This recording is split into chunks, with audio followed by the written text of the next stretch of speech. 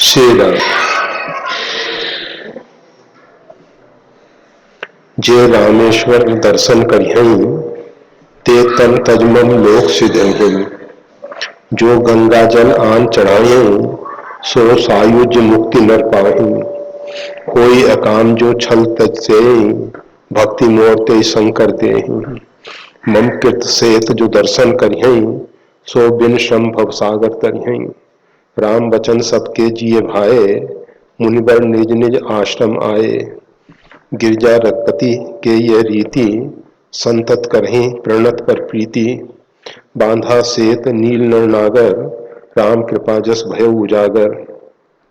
बूढ़ई आनहि बोरहि JEE भय उपल बोहित समतेई। महिमा यह न जलद की वर्णी पाहन गुण न कपिन के करनी। श्री रघुवीर प्रताप ते सिंधु तरे पाषाण ते मतिमंद जे राम तजी भजई जाई प्रभु आन। श्यावर राम जय जय राम मेरे प्रभु राम जय जय राम। श्री राम जय राम जय जय राम। शंकर प्रिय मम द्रोही शिव द्रोही मम दास। तेनर करहि कलप भर घोर नरक में वास। जो व्यक्ति शंकर जी से प्रेम करता है और भगवान श्री राम से द्रोह रखता है। कुछ ऐसे व्यक्ति हैं जो शंकर जी से द्रोह रखते हैं और भगवान के दास कहलाते हैं। ये दोनों प्रकार के जो लोग हैं तेनर करहि कलप भर घोर नरक में वास। ये सब जो हैं घोर नरक में, नरक न अर्क, जहां प्रकाश नहीं है, जहां सूर्य नहीं है, अंधकार में वो जीवन जीते हैं। उनका जीवन जो है अंधकार में होता है, अज्ञान में होता है। शिव और राम दो नहीं है, एक हैं। लीला करने के लिए कभी राम शिव को अपना इष्ट बताते हैं, कभी शिव राम को अपना इष्ट बताते हैं। परस्पर हम जैसे जड़ जीवों को एक प्रेरणा देते रहते हैं कि जीव भूल के भी ऐसा मत सोचो कि तुम ब्रह्म हो। जीव के इस समान, जीव भगवान के समान नहीं हो सकता। तत्वतः हनुमान जी से भगवान श्री राम ने पूछा, हनुमान आप कौन हो? हनुमान जी ने कहा, जब मैं देह दृष्टि से देखता हूं तो आपका दास हूं, जब सूक्ष्म दृष्टि से देखता हूं तो आपका अंश हूं, और तत्व की दृष्टि से देखता हूं तो आप और हम एक हैं, दोनों में कोई भेद नहीं है। परंतु जब तक जीव अपने आप को शरीर में आबद्ध मानता है, देहात्म बुद्धि है, देह में आत्मबुद्धि है, शरीर को अपना स्वरूप मान रखा है, आने जाने वाला मान रखा है। आत्मा जो है कहीं ना तो आता है ना जाता है, ना उसका जन्म है ना उसकी मृत्यु है। उस आत्म तत्व में स्थित होने के बाद ये वाणी इत्यादि रुक जाते हैं। जो कह रहा है कि मैं वही ब्रह्म हूं, कहने वाला नहीं बचता है, क्योंकि वो जो परमात्मा है मन बुद्धि वाणी से परे है। वहां जाके मन और बुद्धि लौट आते हैं, वाणी की वहां गम्य नहीं है। 5 ज्ञानेंद्रिय 5 कर्मेंद्रिय के द्वारा हर परमात्मा का अनुभव नहीं कर सकते, अनुभव नहीं कर सकते। वो परमात्मा जो है इंद्रियों के द्वारा गो गोचर जहां लग मन जाई सो सब माया जानो भाई। इंद्रियों के विषय और जहां तक मन की गति है वो सब माया है। परमात्मा मायातीत है, माया से परे है। उस परमात्मा के विषय में कुछ भी इदमित परमात्मा ऐसा ही है, नहीं कहा जा सकता, नहीं कहा जा सकता। परमात्मा यही है। हम जो भी परमात्मा के विषय में मन और मस्तिष्क में एक कल्पना करते हैं, वो कल्पना हमारी कल्पना है। परमात्मा वैसा नहीं है, वो कल्पनातीत है, वो कल्पनाओं से परे है। वहां कल्पनाएं नहीं पहुंच सकती। परमात्मा के समान परमात्मा है, वहां उपमा कोई नहीं है, वहां उपमा नहीं है, उपमेय नहीं है। परमात्मा परमात्मा है, बस वो क्या है, कैसा है, वाणी नहीं व्यक्त कर सकती है, नहीं। इसीलिए सब महापुरुषों ने एक मत होके इस बात को स्वीकार किया है, जो आस्तिक दर्शन वाले हैं। भारतीय हिंदू सनातन धर्म के जो आस्तिक दर्शन है, उन्होंने एक मत से स्वीकार किया है, जिस प्रकार से गूंगा व्यक्ति कोई मिष्ठान का रसास्वादन करने के उपरांत उस रस के विषय में कोई अभिव्यक्ति नहीं दे पाता है कि वो कैसा है, वो मिष्ठान कैसा है, वो मधुरता क्या है, वो गूंगा है। हाँ, इतना जरूर है, मुस्कुराता है, अच्छा लगता है उसको, बहुत अच्छा है, उसमें उसकी प्रसन्नता जाहिर होती है। परमात्मा के विषय में ऐसा नहीं कहा जा सकता। परमात्मा को हम अपनी छोटी सी बुद्धि में नहीं रख पाएंगे, नहीं रख पाएंगे। वो इतना विराट है, वो हमारी अल्प बुद्धि के द्वारा नहीं जाना जाता। वो तो विराट बुद्धि के द्वारा अहंकार, शिव, बुद्धि, अज, ब्रह्मा, उनके चारों मुख से वेद प्रकट होते हैं।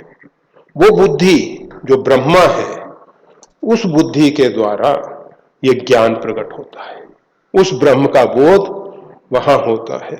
ये हमारी अल्प बुद्धि नहीं कर सकती।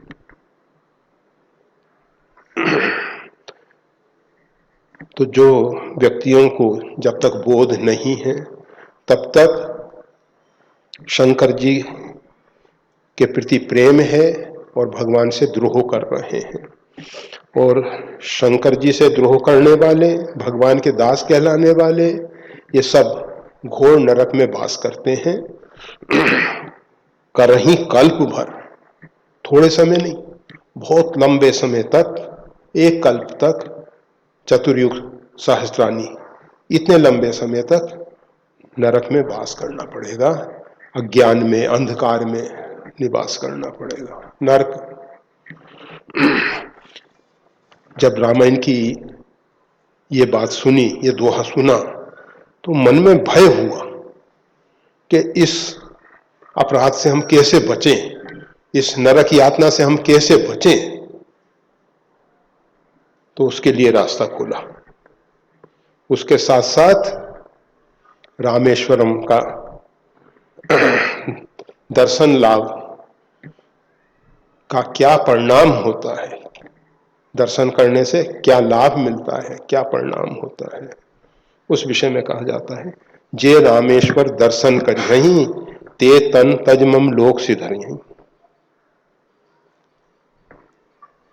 रामेश्वरम का दर्शन करना है, वहां जाके हम मंदिर को देखें, मंदिर में शिवलिंग को देखें, ये रामेश्वरम का दर्शन नहीं है। जो राम जी के ईश्वर हैं, जिनके राम ईश्वर हैं, वो जो तत्व है उसका जो दर्शन करते हैं, जे रामेश्वर दर्शन करते हैं। ते तन तजमम लोक सिधरिहि, वो इस शरीर का त्याग करके भगवान के लोक में जाएंगे। देखो, दर्शन करेंगे शंकर जी का, और जाएंगे कहां? भगवान के धाम में जाएंगे। ये एक विलक्षणता है। ये रामेश्वरम जो शिवलिंग है, उसके दर्शन का ये पुण्य प्रताप है, ये पुण्य प्रताप है। परंतु हमेशा हम कहते हैं, हम गुरु के हाड़ मांस के पुतले को देखते हैं, हम सोचते हैं कि गुरु का दर्शन हो गया, नहीं, गुरु तत्व को अभी हमने जाना ही नहीं है। शिव तत्व है वो। हमने उनके हाड़ मांस के पुतले को देखा है, अभी हमने गुरु दर्शन नहीं किया। मंदिर में हम जाते हैं, भगवान के श्री विग्रह का दर्शन करते हैं, परमात्मा उसमें है, परंतु हम नहीं देख पा रहे हैं। वो परमात्मा है, जरूर है।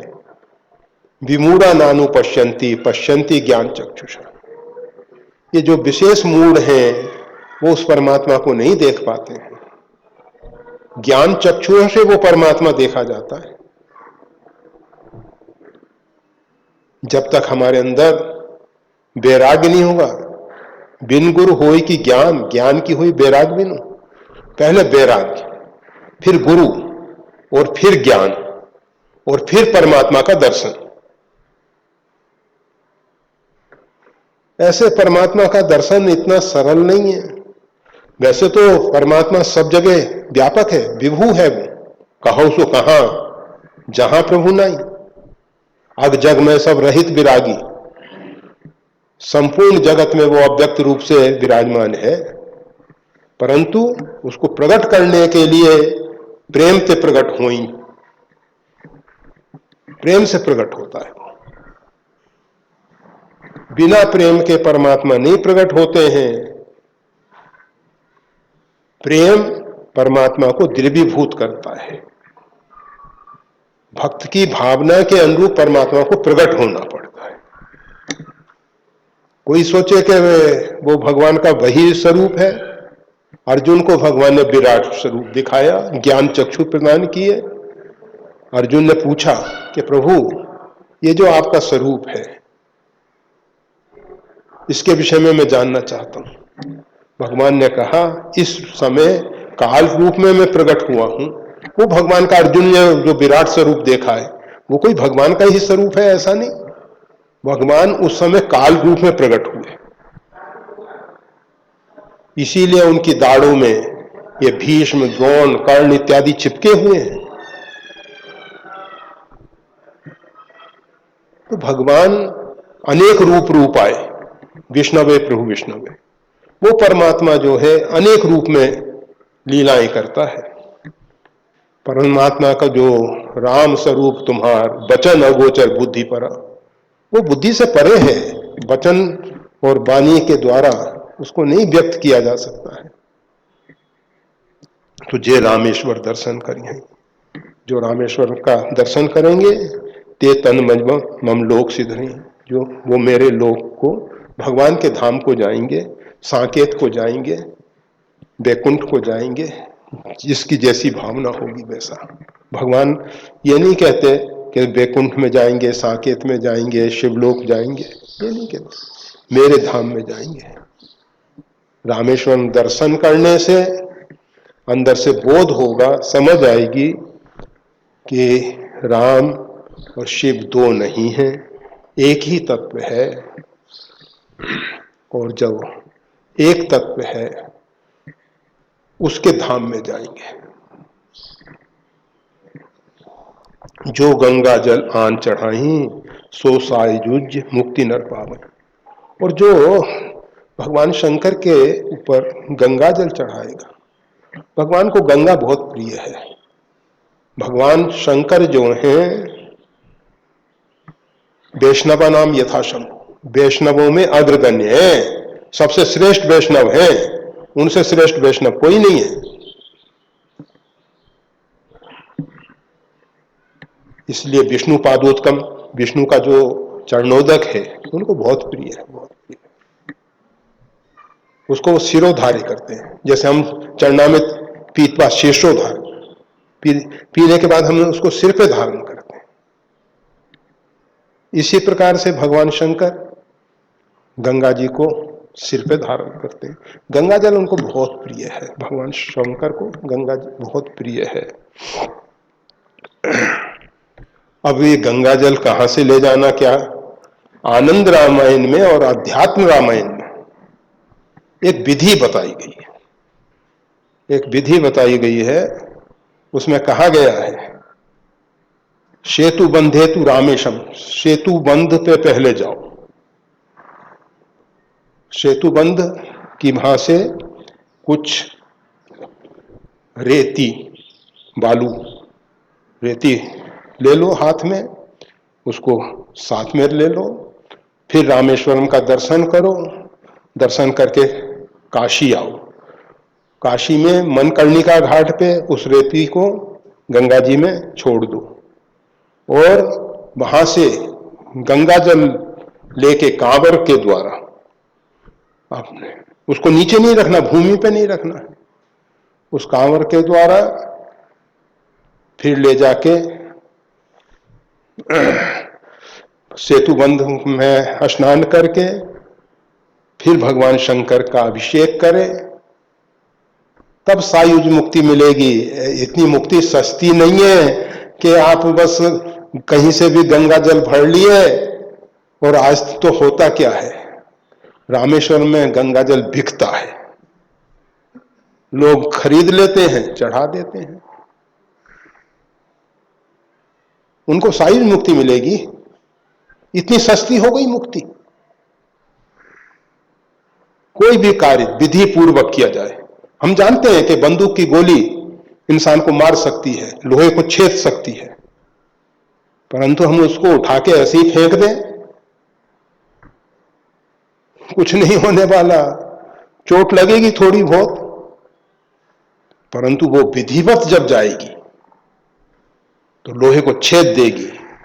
अगर किसी व्यक्ति के छाती में लगेगी, काम तमाम कर देगी। तो विधि पूर्वक कोई कार्य करना चाहिए, यह नहीं कि अविधि पूर्वक कर रहे हैं। गीता में भगवान ने कहा, जो भी जितने देवी देवताओं को पूजते हैं वो मेरे को ही पूजते हैं, परंतु उनका पूजना अविधि पूर्वक है, विधि पूर्वक नहीं है, वो अविधि पूर्वक। कोई भी कार्य विधि पूर्वक जब किया जाता है तब उसका पूरा परिणाम मिलता है। हम केवल औपचारिकता के नाते कर्म कर रहे हैं और फिर कहते हैं कि फल नहीं मिलता है, फिर कहते हैं कि शास्त्रों में अतिशयोक्ति है, अर्थवाद है। ऐसा नहीं, विधि पूर्वक करना चाहिए। कहा कुछ लोग ऐसे भी होंगे कि जो मुक्ति की इच्छा नहीं करते, भगवान के धाम की इच्छा नहीं करते, जा ही ना चाहिए कभों कछु, जिनको मनते सकल वासना भागी। मन से सब वासनाएं समाप्त हो गई हैं, सब इच्छाएं समाप्त हो गई हैं, कुछ नहीं चाहिए। होई अकाम जो छल तज से ही, भक्ति मोरते शंकर दे। जो निष्काम भाव से, जिसको कुछ नहीं चाहिए, जो निर्वासनिक है, और वो भगवान शंकर की सेवा कर रहा है। कहां? रामेश्वरम में भक्ति कर रहा है, उनके सामने नृत्य कर रहा है। ये हिंदू सनातन धर्म ही एक ऐसा धर्म है जो भगवान को रिझाने के लिए नृत्य वाद्य आदि, नाचते हुए, नाना प्रकार के संगीत के वाद्य बजाते हुए कीर्तन करते हैं, उनकी कीर्ति का गान करते हैं, उनका नाम संकीर्तन करते हैं। हिंदू सनातन धर्म एक ऐसा धर्म है जिसमें यात्रा में ही आनंद मिल जाता है, लक्ष्य का, परमात्मा की प्राप्ति का जो आनंद है वो कीर्तन भजन में मिल जाता है। हरि सदा बसे तत्र यत भागवता जना, जहां भगवान के भक्त भगवान का नाम संकीर्तन करते हैं, हरि सदा बसे तत्र, वहां भगवान सदा निवास करते हैं। नाचो, खूब प्रेम से नाचो, भगवान के सामने कीर्तन करो, शरीर की सुध ही ना रह जाए। तो जो अकाम और छल तज, उनके अंदर छल नहीं है, दिखावा नहीं है, बाह्य दिखावा नहीं। हम देखते हैं कि कौन देख रहा है, हम जप करते हैं, कमर झुक जाती है, नींद आने लगती है, आलस प्रमाद होता है, माला हाथ से गिरने लग जाती है। उसी समय कोई आवाज आती है, हम अकड़ के बैठ जाते हैं, कमर सीधी एकदम। हम परमात्मा को दिखाने के लिए भजन नहीं कर रहे हैं, हम दुनिया को रिझाने के लिए भजन कर रहे हैं। दुनिया क्या कहेगी, समाज क्या कहेगा, व्यक्ति क्या कहेगा। भगवान ने ऐसी कमर झुकते हुए सोते हुए देखे, कोई तकलीफ नहीं है। दुनिया नहीं देखे, अन्य व्यक्ति ना देखें, किसके लिए भजन कर रहे हैं हम सब? भगवान के लिए कर रहे हैं क्या? हम तो केवल दिखावा करते हैं कि लोग हमारे विषय में क्या कहेंगे। हमको अपनी मान्यता बनानी है, हमको भगवान का मान नहीं बढ़ाना है। और कौन बढ़ा सकता है उसका मान? वो परमात्मा तो सर्वोच्च स्थिति में है, उसको कौन मान दे सकता है? तो जो अकाम अकाम जो छल तज से ही होई अकाम, होई अकाम जो छल तज से ही अकाम होके निष्काम होके, उस कक्षा में पहुंचने में समय लगता है निष्काम होने तक। ये नहीं कि प्रारंभ में ये स्थिति पैदा हो जाती है। अनेक जन्म संसिद्धि, क्यों? एक जन्म में हो जाता तो पता नहीं, जन्म जन्म मुनि जतन कराई। बहुत लंबे यात्रा है ये, और पता नहीं हम कितनी यात्रा कर चुके हैं। ऐसा भी नहीं सोचो कि हो सकता है ये अंतिम पड़ाव हो जो आज मानव जीवन मिला है हमको, बस अब परमात्मा की प्राप्ति होने वाली ही हो। किसको मालूम था कि ध्रुव को 6 महीने में परमात्मा की प्राप्ति होने वाली है? ना तो उसका पिता जानता था उत्तानपाद, ना उसकी मां सुनीति जानती थी। तो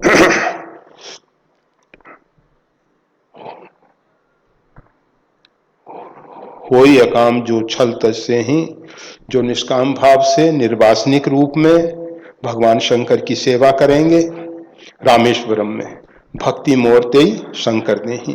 भगवान शंकर अपना भक्त नहीं बनाते, ये त्रिभुवन गुरु हैं। गुरु का वह लक्षण है कि वो नहीं कहता कि अहम ब्रह्मास्मि, मैं भगवान हूं, मेरी पूजा करो। वो कहता है कि परमात्मा की शरणागति स्वीकार करो, तुम परमात्मा की भक्ति करो। तो भक्त त्रिभुवन गुरु कहते हैं भक्ति मूर्ति शंकर दे, भगवान श्री राम की भक्ति प्रदान करते हैं। ये क्रमशः एक के बाद एक गहराई में उतर रहे हैं। जे रामेश्वर दर्शन करें ते तन तजमम लोक सिद्ध रहें, जो गंगा जल आन चढ़ाई सायुज मुक्ति पाते हैं।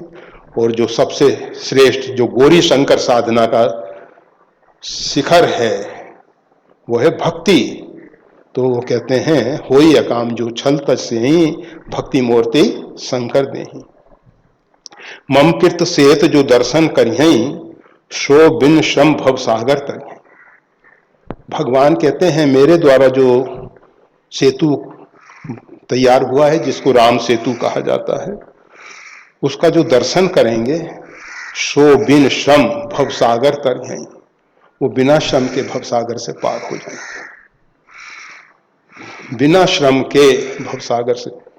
ये राम सेतु का केवल दर्शन नहीं, सेतु बंधे तू रामेश्वरम, रामेश्वरम का दर्शन, गंगा जल ला के चढ़ाना और निष्काम भाव से उनकी सेवा करना, तब जाके सो बिन श्रम भव सागर तरें, बिना श्रम के भव सागर से पार हो जाएंगे।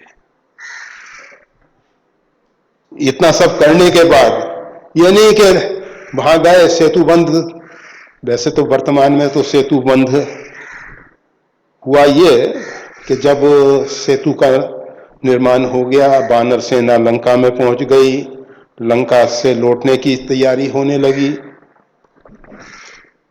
विभीषण ने निवेदन किया भगवान से कि प्रभु इस सेतु को अब ना रखा जाए, इस सेतु को ना रखा जाए।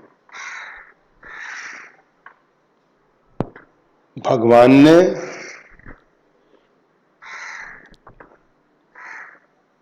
अपने धनुष से उस सेतु को अनेकों स्थान पे खंडित कर दिया और उसका वो सेतु जो है ना 80 मील चौड़ा, 10 योजन 80 मील मतलब 120 किलोमीटर, लगभग 120, ज्यादा ही होगा 120 से ऊपर, इतना चौड़ा, और 800 मील मतलब 1200 किलोमीटर लंबा, इतना विशाल सेतु था। अभी जो सैटेलाइट से दिखाई देता है ना, वो थोड़ा सा उसका पतला सा भाग जो उसको भगवान ने डुबा दिया, वो जलमग्न हो गया, वो भाग अभी दिखाई देता है थोड़ा थोड़ा। विभीषण ने कहा कि प्रभु ये तो इधर से आना जाना लोगों का लगा रहेगा, जो लंका का दुर्ग है उसकी सुरक्षा भंग हो जाएगी, इसलिए आप कृपा करें। ये सेतु को हटा दिया गया। ममकित सेत जो दर्शन करिहई, सो बिन श्रम भवसागर तरही। बिना श्रम के इस भवसागर से पार हो जाएंगे, इस भवसागर से पार हो जाएंगे। राम वचन सबके जिए भाए, मुनिवर निज निज आश्रम धाये।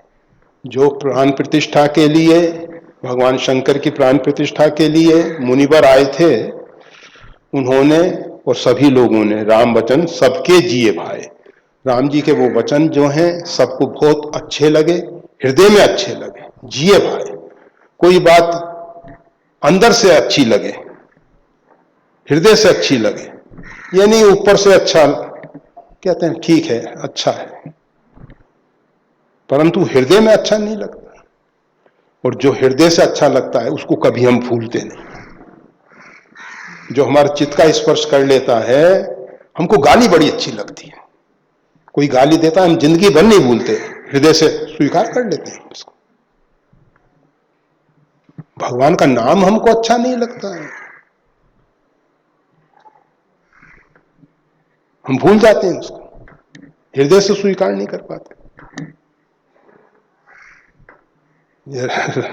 उल्टी रीति है हम सबकी, हम सब शीर्षासन करके जी रहे हैं। ममकृत से जो दर्शन करे हैं, सो बिन श्रम भवसागर तरे हैं। राम वचन सबके जिए भाए, राम जी के वचन सबको हृदय में बहुत अच्छे लगे हैं। मुनिवर निज निज आश्रम धाये। जो प्राण प्रतिष्ठा के लिए मुनिवर आए थे, श्रेष्ठ मुनि आए थे, वो अपने अपने आश्रमों में चले गए हैं। अब भगवान शंकर, अब पार्वती जी देख रही हैं, भोले बाबा रामेश्वरम प्रतिष्ठा की बात बता रहे हैं और रामेश्वरम के दर्शन का फल इत्यादि। तो भगवान शंकर ने स्पष्ट करते हुए कहा, गिरजा रघुपति की यह रीति, संतत करही प्रणत पर प्रीति। हे गिरजा, हे पार्वती, रघुनाथ जी की यह रीति है, ये भगवान का स्वभाव है, रीति है उनकी, संतत करही प्रणत पर प्रीति।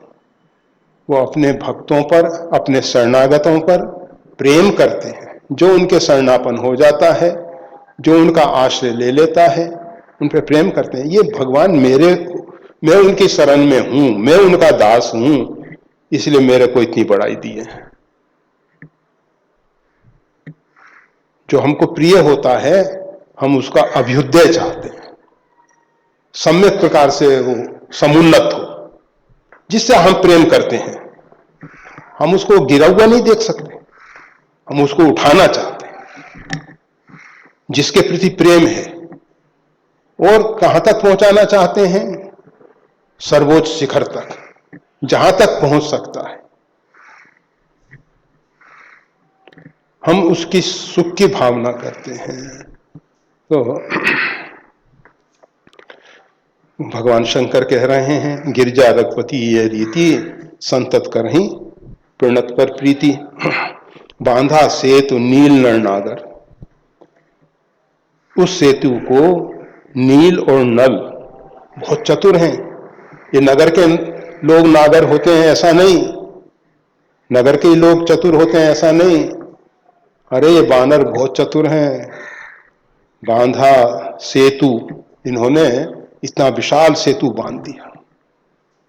राम कृपा जस भयो उजागर, ये तो राम जी की कृपा रही, उनका यश जो है तीनों लोक में प्रकट हो गया, उजागर हो गया, तीनों लोक में प्रकट हो गया। राम कृपा जस भयो उजागर। अब विचार करो, बूढ़ही आनही बोरई जेई, भय उपल बोहि समते। दो प्रकार के पत्थर। एक, आप जब रामेश्वरम जाओगे तो कहेंगे कि सेतु का पत्थर है, तैरने वाला पत्थर है, वो तैरता है।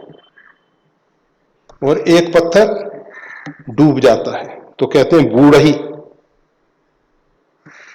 डूब जाता है एक पत्थर। दूसरा पत्थर आनही बोरही तेही, जो अन्य को भी, अगर कोई अन्य है वो जो तैरने वाला है वो तो खाली पत्थर तो तैरता है, परंतु उसको पकड़ के हम तो वो हमको डुबा देगा, वो वजन नहीं सहन कर सकता। श्यम तैर सकता है, डुबा देगा। तो दोनों प्रकार के पत्थर। वो जो पत्थर है भय उपल बोहित समते, वो जहाज की तरह बन गए। इतने बड़े विशाल वानर, पर्वताकार शरीर, वो उन पे चल चल के पार हो गए। कोई छोटे वानर नहीं थे ये, आजकल के बंदर नहीं थे। और ये बंदर भी जब एक शाखा पे कूदता है, शाखा तोड़ देता है, और वो उछलते कूदते हुए चल रहे। तो भय उपल बोहित समते, वो जहाज के समान पार करने वाले हो गए। महिमा यह न जलद की वर्णी, ये महिमा जो है समुद्र की वर्णन नहीं की गई है, कवियों के द्वारा ये समुद्र की महिमा नहीं वर्णन की गई है। पाहन गुण न कपिल के करनी, ये कोई पत्थर का गुण विशेष नहीं है, और न कपिल के करनी, न बंदरों का करना है। वो जो ऊपर कहा ना, बांधा सेत नील नल नागर, नील और नल ने समुद्र पे सेतु बांध दिया, तो यहां स्पष्ट कर दिया उसको। पाहन गुन्ना कपिन के करनी, ये किसी बंदरों की करनी नहीं है, नल और नील की करनी नहीं है। तो हुआ ये कैसे?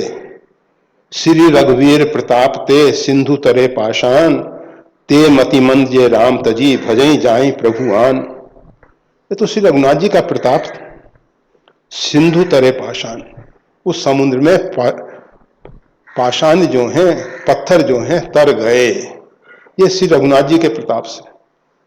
जब इस प्रकार की चर्चा कर रहे थे कि तो रघुनाथ जी की कृपा से पत्थर तैर रहे हैं, भगवान ने एक पत्थर उठाया और पत्थर उठा के जल में छोड़ा, डूब गया। हनुमान जी से कहा भगवान ने, देखो हनुमान, मैंने पत्थर छोड़ा, डूब गया, तुम सब कह रहे हो कि मेरे प्रताप से ये तर रहे हैं। हनुमान जी ने कहा, धृष्टता माफ हो, क्षमा करें प्रभु, मेरे को बोलने का अधिकार नहीं है आपके सामने। फिर भी निवेदन करता हूं, जिसको आप त्याग देंगे वो डूबेगा नहीं तो उसका होगा क्या? वो तो डूबने वाला ही है। जिसका आप त्याग कर देते हैं वो डूबेगा। और ये सब तर रहे हैं, इनको आपने स्वीकार कर लिया है, इसलिए तर रहे हैं प्रभु। तो श्री रघुवीर प्रताप ते सिंधु तरे पाषाण, ते मति मंद जे राम तजी। वो अल्प बुद्धि वाले हैं, मंद बुद्धि वाले हैं, जो राम जी को छोड़ के अन्य देवी देवताओं का, अन्य व्यक्तियों का आश्रय लेके भवसागर से पार होना चाहते हैं। ते मति मंद जे राम तजी, वो मति के मंद हैं जो राम जी को छोड़ के पार होना चाहते हैं।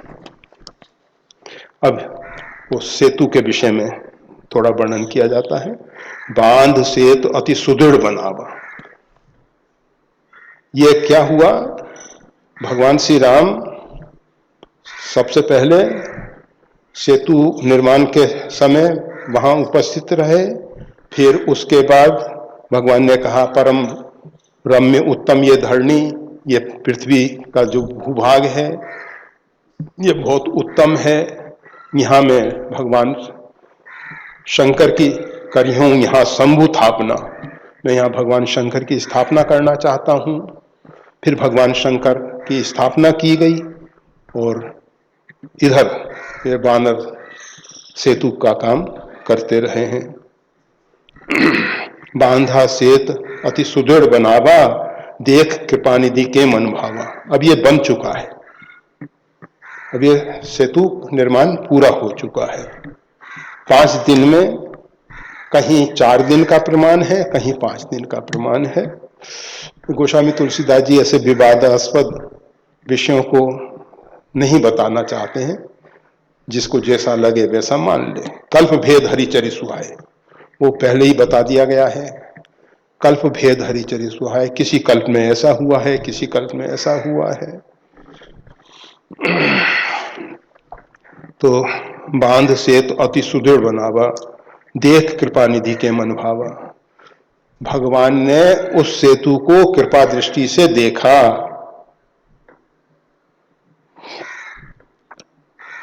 उस जो सेतु का निर्माण हुआ उसको भगवान ने, क्योंकि नल और नील जब उसका निर्माण करने लगे तो उनके मन में अहंकार आ गया कि देखो ये श्रेय हमको मिलेगा, हमको जो ऋषियों ने आशीर्वाद दिया है उसके परिणाम स्वरूप। अब भगवान तो जानते हैं कि किसी के मन में थोड़ा भी अहंकार आए तो उसको अपने भक्तों का, अपने आश्रितों का अभिमान अहंकार तोड़ देना चाहिए। तो भगवान ने लीला रची, समुद्र की उताल तरंगे उसको इधर उधर, जो चट्टाने लाला के जोड़ रहे थे वो इधर उधर भागने लगी, वो तो समुद्र की तरंगे उठा उठा के इधर उधर फेंकने लगी।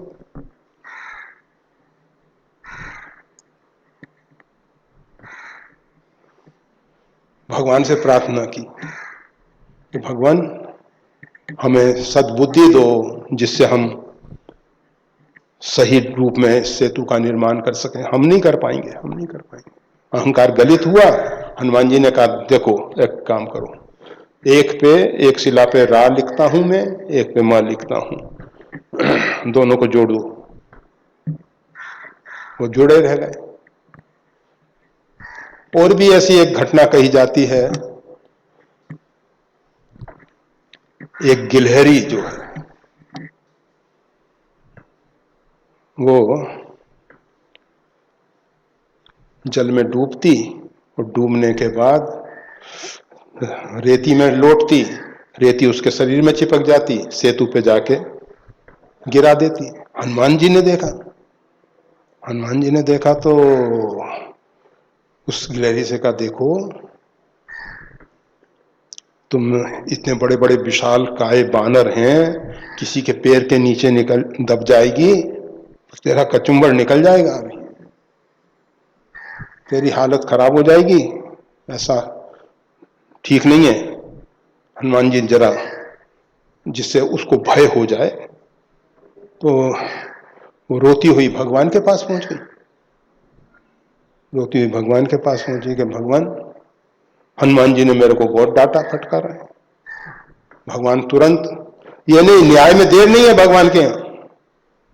लोग कहते हैं भगवान के घर देर है, गलत बात है, देर नहीं है।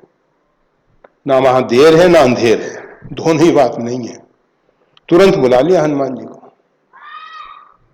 हनुमान जी आए, भगवान के चरणों में प्रणाम, कहा भगवान आज्ञा। कहा इस गिलहरी को तुमने डांटा? कहा प्रभु मैंने इसको बताया कि देखो बड़े बड़े बंदर हैं, इनके नीचे। गिलहरी ने कहा महाराज मेरा शरीर छोटा है, मैं बड़े बड़े शिलाएं पत्थर तो लाके इस सेतु में लगा नहीं सकती। मेरे मन में विचार आया कि ये सब इतना श्रम कर रहे हैं सेतु निर्माण के लिए, कुछ रेती के कण मैं ले जाके इस सेतु पे लगा दूं, मेरा भी एक सहयोग हो जाएगा। भगवान ने कहा, हनुमान तुमने इस बिचारी के भाव को नहीं देखा, इसका बड़ा पवित्र भाव है। कहा महाराज मैंने भाव देखा। गिलहरी से कहा कि अच्छा बोलो। हनुमान जी की ये कृतवास रामायण, बंगला रामायण में है, भिन्न भिन्न रामायण है, बहुत रामायण, रामायण सतकोटि अपार। वो तमिलनाडु की जो रामायण है, कंब रामायण, उसमें तो रावण सीता जी को लेके आया है और उसके द्वारा रामेश्वरम की स्थापना हुई है। कंब रामायण में है, वो लंबा प्रसंग है, भिन्न भिन्न रामायण है। तो इसमें गिलहरी से कहा, अच्छा हनुमान ने गलती की, मान लिया, बोलो इसको क्या दंड दें। कहा प्रभु एक चपत लगाओ, इसने, हनुमान ने हमको डांटा है। हनुमान जी के एक चपत लगाई और कहा कि देखो आज से कोई भी बानर इस गिलहरी को नहीं सताएगा। अभी भी बंदर देखो कभी गिलहरी को नहीं सताते, उसी पेड़ पे गिलहरी चढ़ेगी, उसी पे बंदर चढ़ेगा, परंतु गिलहरी को नहीं सताएंगे।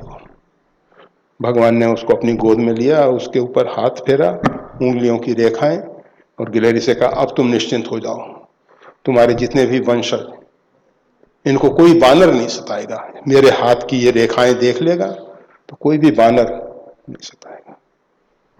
ऐसी ऐसी भिन्न भिन्न प्रकार की कथाएं हैं। तो चली सेन कछु बरनी न जाई, गर्जहि मरकट भट समुदाई।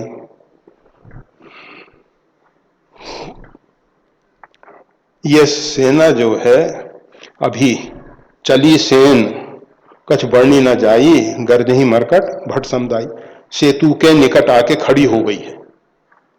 चली सेन, अभी भगवान की तरफ से आज्ञा नहीं मिली है कि सेतु पे चढ़ के पार होना शुरू करो, अभी सेतु का उद्घाटन नहीं हुआ है।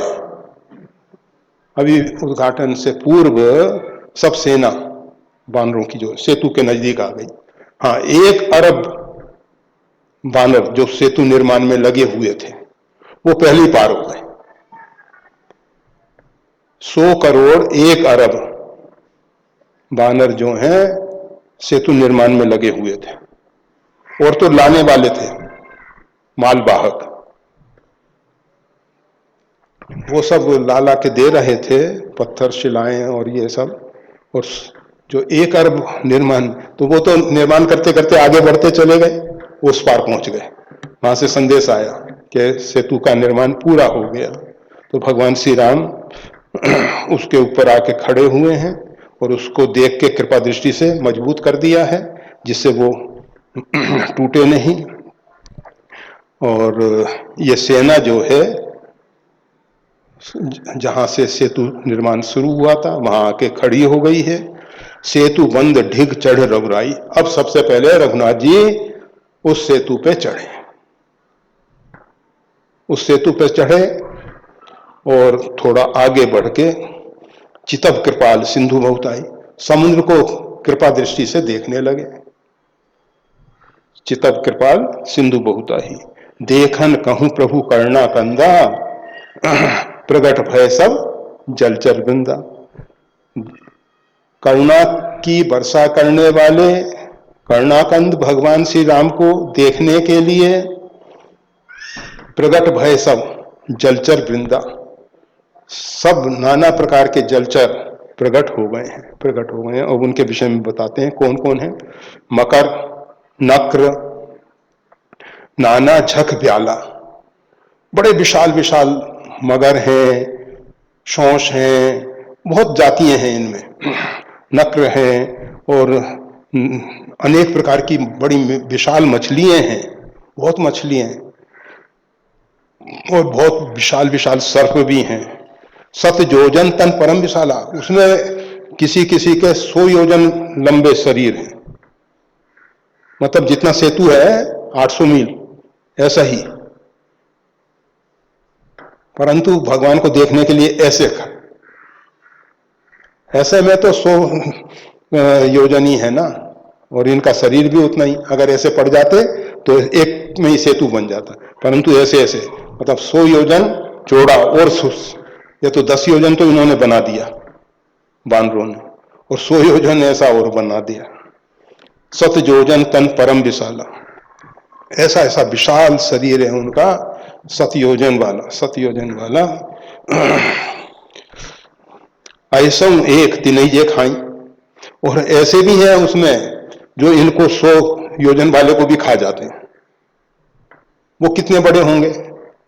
जो 100 योजन वाले को खा रहा है, जैसे 6 फीट का शरीर वाला एक रसगुल्ला गुलाब जामुन खा जाए, नहीं, उसी प्रकार से ये 100 योजन वाले को खा रहे हैं, तो कितने विशाल होंगे, कितने विशाल होंगे। ऐसा एक तिनई जे खाई, और भी हैं, एकन के डर ते भी डराई, और वो जो 100 योजन वालों को खाने वाले हैं ना, उनमें भी कुछ ऐसे हैं, एक से एक भयभीत होता है, वो एक को दबाता है, तुम हमारे सामने इसको कैसे खा लेगा, उसको हटा देता है, और बड़ा वो 100 योजन वाले को वो खा जाता है। एक से एक डरते भी हैं, मतलब इतने विशाल विशाल वानर, वो इतने विशाल जलचर भगवान को देखने के लिए आ गए हैं, भगवान को देखने के लिए आ गए हैं। प्रभु ही बिलो कहीं टरही न टारे, भगवान को दर्शन कर रहे हैं, उनको हिलाने की कोशिश की जाती है, परंतु वो हिलते नहीं है। मगन भय हरि मन हर्षित सब भय सुखारे, उनके मन में बहुत हर्ष है, सब सुखी हो रहे हैं। ये भगवान के दर्शन से जड़ चेतन और ये जलचर थलचर नवचर कोई भी क्यों ना हो, सब इतने प्रभावित हो जाते हैं, इतने प्रभावित हो जाते हैं कि बस देखते ही रहो, देखते ही रहो। प्रभु जो है ना मनोहर हैं, मन हरण कर लेते हैं, वो मन नहीं रहता किसी का उनके पास। तो भगवान मन हर्षित, सब भय सुखारे, सब बहुत सुखी हो गए हैं। तिनकी ओट न देखी बारी, मगन भय हरि रूप निहारी। तिनकी ओट न देखी बारी, उनकी ओट में मतलब जल को ढक दिया, जल नहीं दिखाई देता। मगन भय, वो सब भगवान के दर्शन में मगन हो गए, डूब गए, भगवान के दर्शन में डूब गए। मगन भय हरि रूप निहारी, भगवान का ऐसा रूप है कि उसको देखने में सब मगन हो रहे हैं। अब भगवान ने आज्ञा दी, वानर सेना चले। तो वानर सेना को इस प्रकार से भगवान ने आज्ञा दी है। अब वानर सेना चला कटुक प्रभु आयुष पाई, ये भगवान की आज्ञा पाके वानर सेना चल दी है। अब सेतु पे सब आ गए। को कही सक कपि दल विपुलाई, अरे इन वानरों के दल की विपुलता को कौन कह सकता है, बहुत ज्यादा है, समा नहीं रहे हैं सेतु पे। सेतु बंद भई भीर अति, कपि न पंथ उड़ाए, अपर जलचरण ऊपर चढ़ चढ़ पार ही जाए। 3 प्रकार से वानर सेना पार हो रही है। कुछ वानर जब भीड़ बहुत हो गई तो जो 10 योजन वाला चौड़ाई वाला सेतु था उस पे समा नहीं रहे थे, तो जो ये जलचर हैं उनके ऊपर से चलने लग गए। जामवंत जी ने कहा कि महाराज पहले ही तो ये काम कर देते ना, तो हम सबको ये 5 दिन नहीं बिगाड़ने पड़ते। ये जो सेतु आपने जलचरों का बना दिया, अगर आप ये कार्य पहले कर लेते तो। भगवान ने कहा देखो, पहले व्यक्ति पुरुषार्थ करता है तो मैं सहायता करता हूं। तुमने 10 योजन का बनाया, मैंने 100 योजन और जोड़ दिया। अगर हम थोड़ा प्रयास करेंगे भगवान बहुत बड़ा सहयोग करेंगे। परंतु जो आलसी प्रमादी लोग हैं, जो अपनी तरफ से हाथ नहीं उठाना चाहते, मतलब कुछ सहयोग नहीं करना चाहते, हाथ उठाने का मतलब और भी होता है, तो मतलब जो हाथ पे हाथ धरे बैठे रहना चाहते हैं, आलसी प्रमादी लोग, उनकी भगवान सहायता नहीं करते। भगवान ने कहा कि पहले आप सबने पुरुषार्थ किया, परिश्रम किया, और फिर मैंने उसमें सहयोग करके एक उपहार दिया आपको, गिफ्ट दिया, पुरस्कार दिया आपको। तो 3 प्रकार से वानर सेना पार हो रही है। कुछ जो हैं आकाश मार्ग से चले जा रहे हैं उड़ान भर के, कुछ जो हैं जलचरों पे चल रहे हैं, कुछ जो हैं वो जो 10 योजन चौड़ाई वाला सेतु है उस पे चल रहे हैं। इस भवसागर से पार होने के लिए भी 3 मार्ग हैं। योगी ज्ञानी आकाश मार्ग से अपने बल, जनहि मोर बल निज बल ताहि, ज्ञानी योगी को अपना बल से जा रहे हैं, आकाश से उड़ान भर रहे हैं, बहुत जल्दी पहुंचेंगे। और कर्मकांडी ये जलचर के ऊपर से जा रहे हैं। वो तो अच्छा है, भगवान की तरफ जलचरों की दृष्टि है। कर्मकांड में जिस कर्म को हम कर रहे हैं वो कर्म अगर भगवान के साथ जुड़ा हुआ है तो वो कर्मकांड हमको पार कर सकता है, भवसागर से पार कर सकता है। अगर भगवान के साथ जलचर की दृष्टि नहीं है तो वो डुबकी लगा देगा, तो वो कर्मकांड हमको डुबा देगा, डूबने की पूरी पूरी संभावना है। वो तो डूब कब तक नहीं रहे हैं, जब तक वो भगवान को देख रहे हैं। जो भी हम कर्मकांड कर रहे हैं उसमें भगवान की तरफ हमारी दृष्टि हो, भगवान के साथ हम जुड़े हों, तो वो कर्मकांड इस भवसागर से पार कर देता है। और तीसरे जो हैं राम सेतु पे चल रहे हैं। ये तो राजमार्ग है, न गिरने का भय, न उड़ान भरने की जरूरत। और ऐसा है, जब रेला चलता है ना, आप श्रीनाथ जी का दर्शन करने जाओ, एक रेला आएगा, वो धक्का देगा एक तरफ से दूसरी तरफ, चलना नहीं पड़ेगा आपको, आप ऐसे ही आसानी से निकल जाओगे। इसी प्रकार से ये सब वानरों को राम सेतु पे चलना थोड़ी पड़ रहा है, पीछे से आ रहे हैं बराबर, और ऐसा सहयोग मिल रहा है, आराम से सब चले चले जा रहे हैं। भक्ति मार्ग है, इसमें प्रयास कहो भक्ति पथ कवन प्रयासा, भक्ति पथ में कोई प्रयास की जरूरत नहीं है। सरल सुहाव न मन कुटलाई, जथा लाभ संतोष सदाई। बहुत सरल है, बहुत सरल है भक्ति मार्ग। तो इस 3 प्रकार के मार्गों से चल रहे हैं। चलो थोड़ा एक दोहा और हो जाता है तो अच्छा ही है। अस कौतुक बिलोक दो भाई, बिहस चले कृपाल रघुराई। ऐसा कौतुक देख के दोनों भाई जो हैं राम और लक्ष्मण बिहस चले कृपाल रघुराई। भगवान राम और लक्ष्मण, राम जी हनुमान जी की पीठ पे आ गए और अंगद जी की पीठ पे लक्ष्मण जी आ गए हैं, और दोनों ने, श्री हनुमान जी ने और लक्ष्मण जी ने, मतलब राम जी और लक्ष्मण सबसे पहले, ये सेना जो चल के जा रही थी, उड़ान भर रहे थे, तो हनुमान जी की बेग के आगे किसका बेग, तो पहले पहुंच गए भगवान श्री राम। पहले सब वानरों को तो चालू कर दिया, पार होने शुरू हो गए।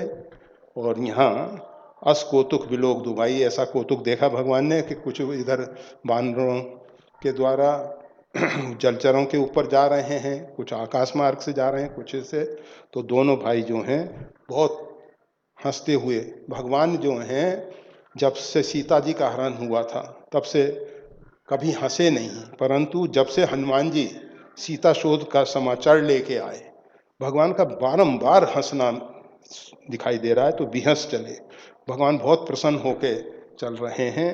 और हनुमान जी की पीठ पे भगवान श्री राम हैं, अंगद जी की पीठ पे श्री लक्ष्मण जी हैं। ये दोनों जो हैं सेतु के लंका वाले किनारे पे पहुंच गए हैं। ये दोनों सबसे पहले पहुंच गए हैं, क्योंकि हनुमान जी की गति बहुत अधिक है। सेन सहित उतरे रघुवीरा, सेना के सहित भगवान श्री राम उस पार पहुंच गए। सेना के सहित।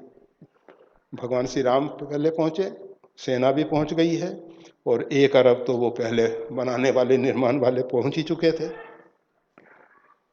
कहीं न जाए कपि जूत पीरा। अरे इन कपि के यूथपतियों की विषय में कहना बहुत कठिन है। बहुत विशाल वाहिनी है, बहुत विशाल सेना है।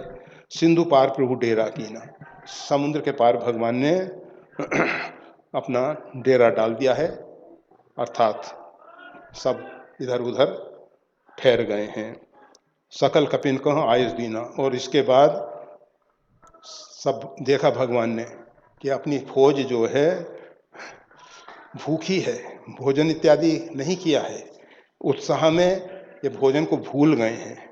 तो भगवान ने कहा, देखो आप सब अब लंकेश के राज में आ गए हो, लंकेश के राज में आ गए हो, और लंकेश विभीषण है, लंकेश विभीषण है, इसलिए यहाँ के फल फूल कंद सब प्रेम से खा सकते हो आप सब। इसके लिए किसी से पूछने की जरूरत नहीं है, किसी का भय करने की जरूरत नहीं है, क्योंकि आप लंकाधिपति विभीषण की शरण में हो, विभीषण हमारी शरण में है, और खूब प्रेम से खाओ, कंद मूल फल खूब प्रेम से खाओ। तो सकल कपिन को आयुष दीना, भगवान ने इस प्रकार से आज्ञा दे दी है। खाऊ जाई फल मूल सुहाए, सुनत भाल कपि जहाँ तहाँ धाए। भगवान की आज्ञा पाके जब भगवान ने कहा खाऊ जाई फल मूल सुहाए, फल और मूल बड़े प्रेम से खाओ, बड़े सुंदर हैं यहाँ के कंदमूल फल। तो सुनत भाल कपि, बानर और भालू जो हैं जहाँ तहाँ धाए, दौड़ दौड़ के सब तर फरे राम हित लागी। अब उनमें फल कम पड़ने लग गए, तो भगवान की कृपा से सब तरु जितने भी पेड़ थे उनमें फल लगने लग गए। जो कभी फल नहीं देने वाले थे उनमें भी फल लगने लगे हैं। सब तर फरे राम हित लागी, राम जी के लिए वो सब वृक्ष जो हैं फलदार हो गए हैं। ऋतु अरु कुऋतु काल गति त्यागी, ऋतु और कुऋतु और काल की गति को छोड़ के ये सब वृक्ष फल दे रहे हैं। ये सब रघुनाथ जी के कारण हो रहा है, नहीं तो कुऋतु के फल जो हैं अच्छे नहीं माने जाते हैं, परंतु ये राम जी के लिए हुए हैं, राम जी की कृपा से हो रहे हैं, इसलिए सब फल सेवन करने योग्य हैं और ये सब खा रहे हैं। खाई मधुर फल बेटा फलावई, और ये पेड़ों को हिला हिला के जब फल गिरते जाते हैं तो खाते जाते हैं। खाई मधुर फल बेटा फलावई, फल खाते हैं पेड़ों को हिला हिला के। इतने पके हुए फल हैं कि पेड़ों को हिलाने से टपकते हैं। खाई मधुर फल बेटा फलावई, और लंका सन्मुख शिखर चलावई। और जो नीचे पैरों में पत्थर वत्थर टकराते हैं ना, चट्टानें आती हैं, तो वो लंका की तरफ फेंक देते हैं। लंका सन्मुख शिखर चलावई, ये पत्थरों की चट्टानें शिखर जो हैं, जिससे वहाँ का मैदान जो है समतल हो जाए, बानर को ठहरने में विश्राम करने में सब में आराम रहे। इस हेतु वो जो शिखर हैं वो लंका की ओर फेंकते जाते हैं। अब विशाल शरीर वाले हैं, लंका सन्मुख शिखर चला गई। और जब उधर लंका का कोई राक्षस इधर आता है, जहां कहां फिरत निशाचर पा गई, और कोई राक्षस इधर घूमता फिरता नजर आ जाता है तो क्या करते हैं, घेर सकल बहु नाच नचावई, उसको घेर लेते हैं और नाना प्रकार से नाच नचाते हैं। जैसे बंदर को मदारी नचाता है, ऐसे बंदर इन राक्षसों को नाच नचा रहे हैं। ये बंदर आज नाच नचा रहे हैं। ये है रघुनाथ जी की कृपा का परिणाम। जो नाचने वाले हैं वो आज नचाने वाले बन गए और राक्षसों को नचा रहे हैं। सपने में भी वो राक्षस नाचने वाले नहीं थे। और इतना ही नहीं, और क्या करते हैं, दसनन काट नासिका काना, और दांतों से, उनके पास कोई हथियार तो है नहीं, औजार तो है नहीं, चाकू छुरे नहीं है, क्या करते हैं, दसनन काट नासिका काना, उनके नाक कान अपने दांतों से काट देते हैं। अब वो चिल्लाते हैं तो कहते हैं चिल्लाओ नहीं, कहीं प्रभु सुजस दे ही तब जाना। कहते हैं बोलो जय रघुवीर समर्थ, जय सिया राम, बोलो सीताराम। वो एक महात्मा जी थे हमारे, त्यागी तपस्वी महात्मा, एक पतला अचला लगाए रहते थे, विभूति चढ़ाते थे।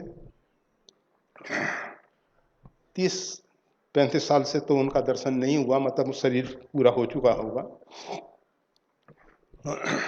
तो कुंभ मेलों में पहुंचे तो कोई भी साधु 3 बजे से बस घूमना शुरू हो जाता था उनका तो, और वो एक छड़ी रखते थे, वृद्ध मूर्ति, बोल सीताराम, बोल सीताराम। अरे 3 बज चुका, अभी तक सो रहे हो तुम? कुंभ मेले में सोने के लिए आए हो?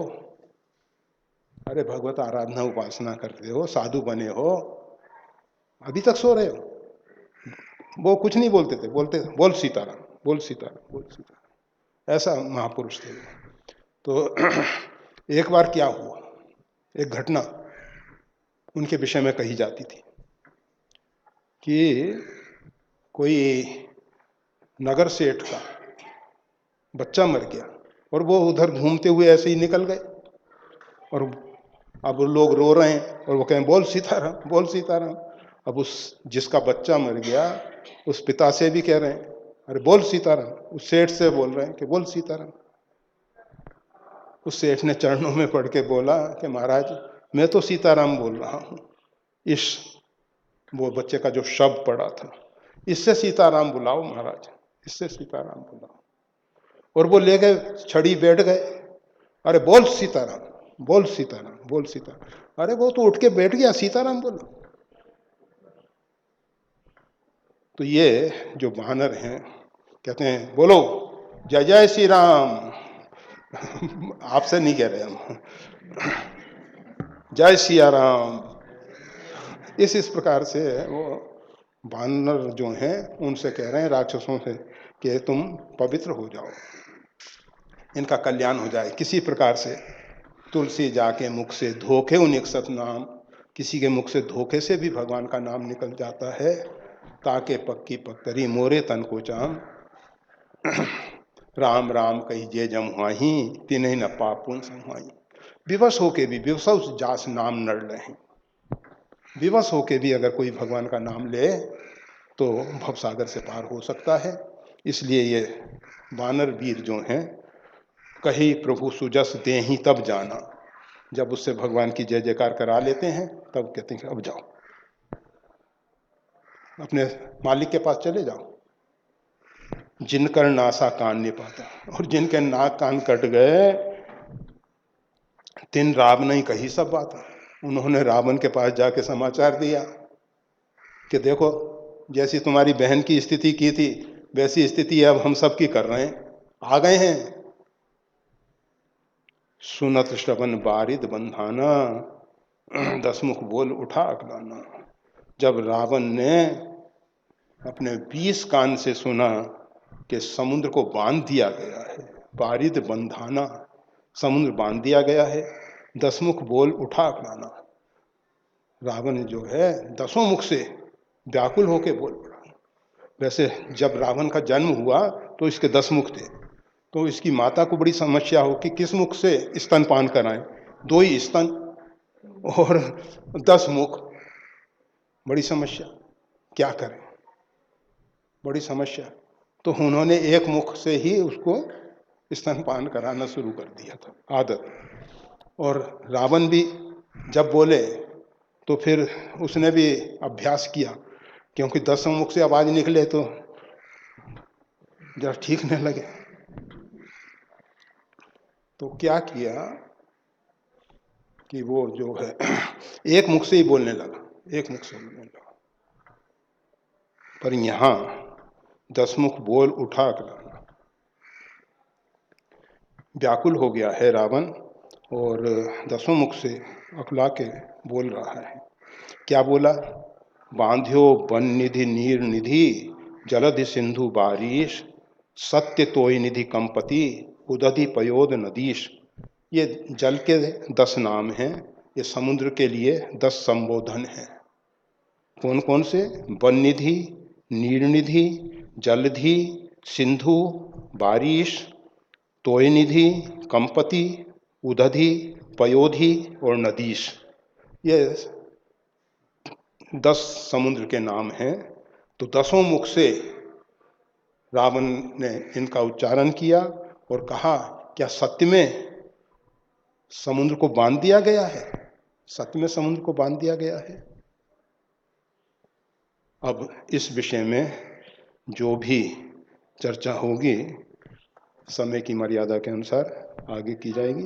अभी रावण व्याकुल है और जब ऐसा कुकर्म किया है, किसी नारी के साथ इस प्रकार का अभद्र व्यवहार किया है, उसका अपहरण किया है, तो उसका फल भोगना ही होगा, भोगना ही होगा। रावण दंड भोग रहा है। अभी व्याकुल होके 10 मुख से बोला है।